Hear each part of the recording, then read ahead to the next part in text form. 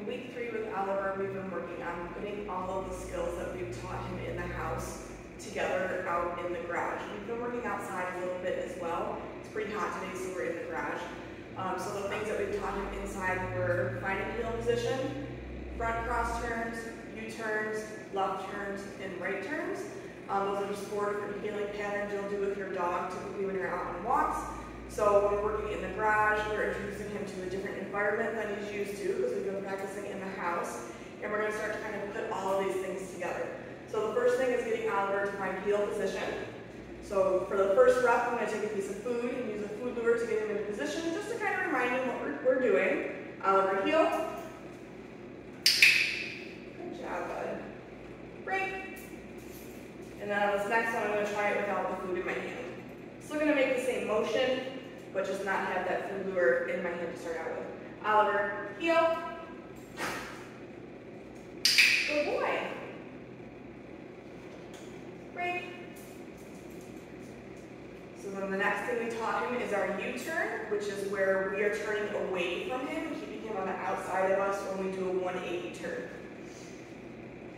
Oliver, heel. Let's go.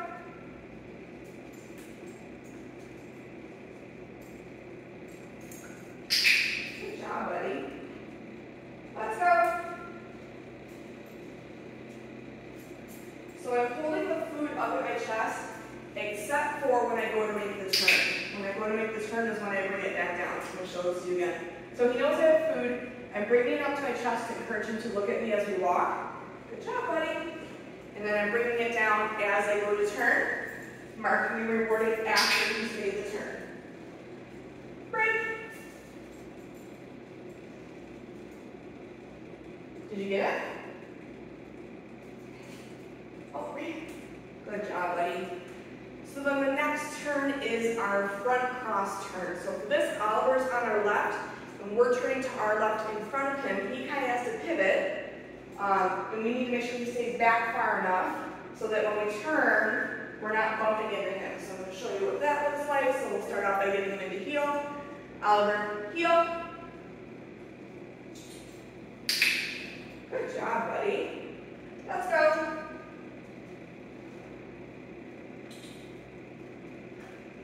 So I'm bringing that foot down as I'm going to make the turn, and I'm turning in towards him. He has to pivot around, and then I'm clicking and rewarding after we've made the turn.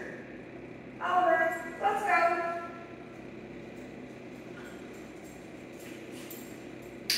Good job, buddy. Break.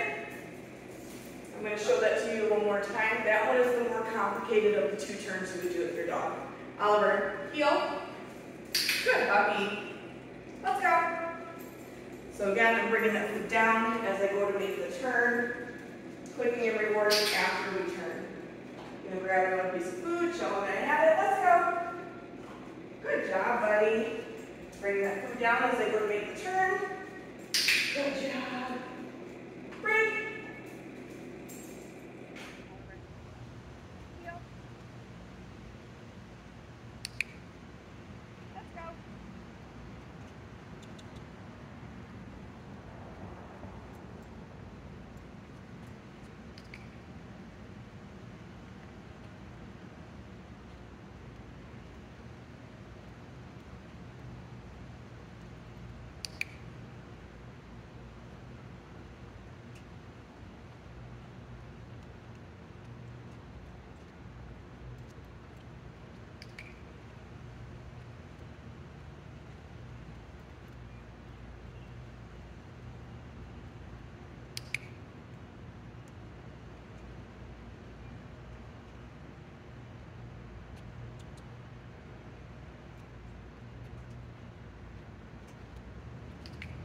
Buddy. Break. We've also added in making sharp left and right hand turns with Oliver. So I've been practicing this in the house, kind of around your coffee table, a little bit in the driveway, and then today I had the cones set up in the garage. It's really hot out. So I have 4 cones set up. We're just going to make our way around them, going left, making left hand turns, and then we're going to turn the opposite direction, and we're going to make right hand turns.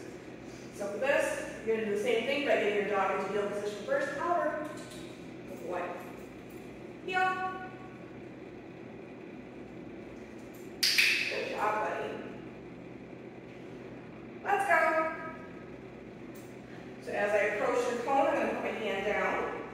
Sharp left turn. Mark and release that treat after we've made the turn. Let's go. Hand down as I'm approaching to make the turn. Complete the turn. Quick and reward. Good job, buddy. Break. And then I'm going to show you a right hand turn. Oliver, heel. Good boy. Let's go. Hand comes down as you approach the turn. Click the reward after you've both completed the turn. Let's go.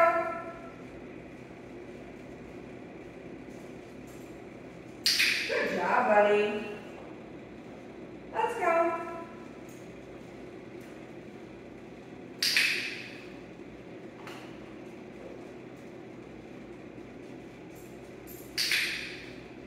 So I've been stopping after each of these to kind of show you, but I'm just doing a continuous movement. I'm rewarding him as we're continuing to move here. So hand comes down, I make the turn, click the reward, and then we're just going to keep moving.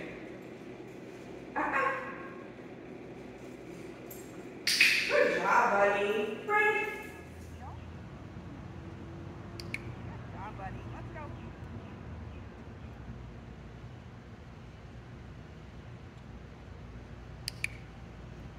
Good boy.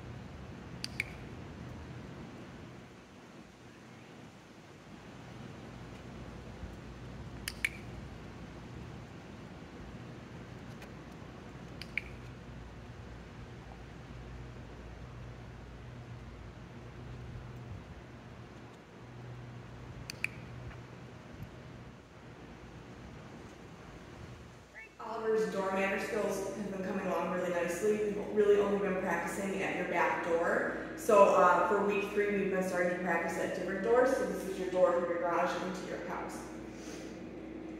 So I need to make sure I get him close enough to the door so that I can actually reach it. So I'm going to have him move even though he's in a sit. Sit. Good boy. I'm going to give him this weight cue, and then I'm just going to step up and touch the doorknob. This is a new door for him than what we've been using to practice, so I'm just going to kind of take it back a few steps, make it easier, do a few reps, and then kind of see if we can progress like we did with the door leading outside. Wait.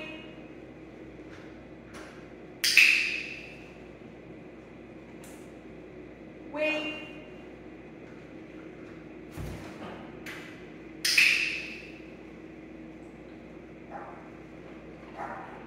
Wait.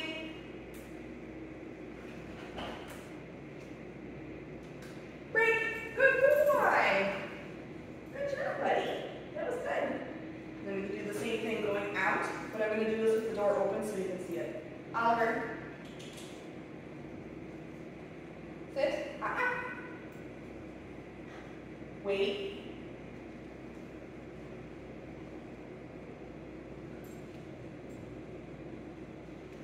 Break. Good boy. Good job, buddy. That was so good. So for this, I like to practice at different doors to help generalize the behavior. We don't want him to think it's only going to happen at the back door, so we've been using the door going from the garage into the house, and then the door from outside into the garage as well. Oliver, Matt. What a good puppy. Oliver's been doing really great with his mat skill. Up until now, we've only really been practicing it over in your living room by your fireplace. So in week 3, we've started to move the mat to different areas on your first floor. This is going to help to generalize this behavior. just so that Oliver understands that it can happen anywhere. It's not only going to happen over in your living room. So we're doing the exact same thing as we were doing before, just in a different place. So I'm going to practice being able to take a couple of steps away from him while he remains on the mat, turning my back to him, walking around him. So if he pops up like he just did, I'm just going to guide him back into place. And then doing easy rep of something, so I'm taking a couple steps away before I'm clicking and rewarding. If at any point you have to help him or guide him back onto his mat, I don't want you to reward him right away for that. Make him do something else or do an easy rep before you reward him again. Good job, buddy.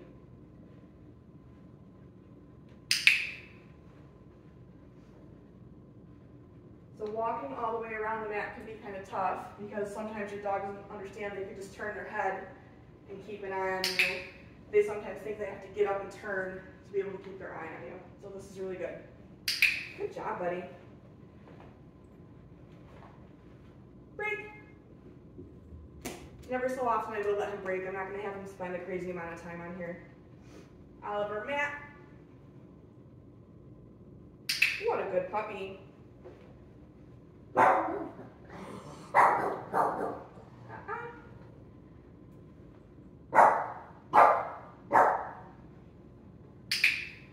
We've also, up until now, been practicing in the living room with the baby gate up because I wasn't sure if Maggie would be too much of a distraction for Oliver, but today we're practicing and Maggie's just hanging out with her.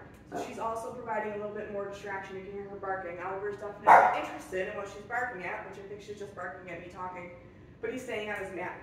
So that's a great addition as far as distractions to help proof and generalize his behavior even further. Good job, buddy. Break. And then remember, when you're not working with your mat, have it up and away because we don't want Oliver going to find his mat, laying down on it, and then not being rewarded for it. It's going to lose its value. So make sure that this is only down and accessible to him while you're working with him on it. This week with Oliver, we're working with grooming tools. So these are grooming tools that do not make noise. So this week I have a brush and a pair of nail clippers. So for this, we'll start with the nail clippers. All I'm going to do is the same thing we've been doing as far as body handling and using the grooming tool with the noise. I'm going to get him nice and connected to a piece of food first, get him interested in it, and then I'm not actually clipping his nails. All I'm doing, let me get him to move around here. All I'm doing is touching it to one of his paws here. Yes. Yes. Good boy. We'll do that a couple more times. Yes.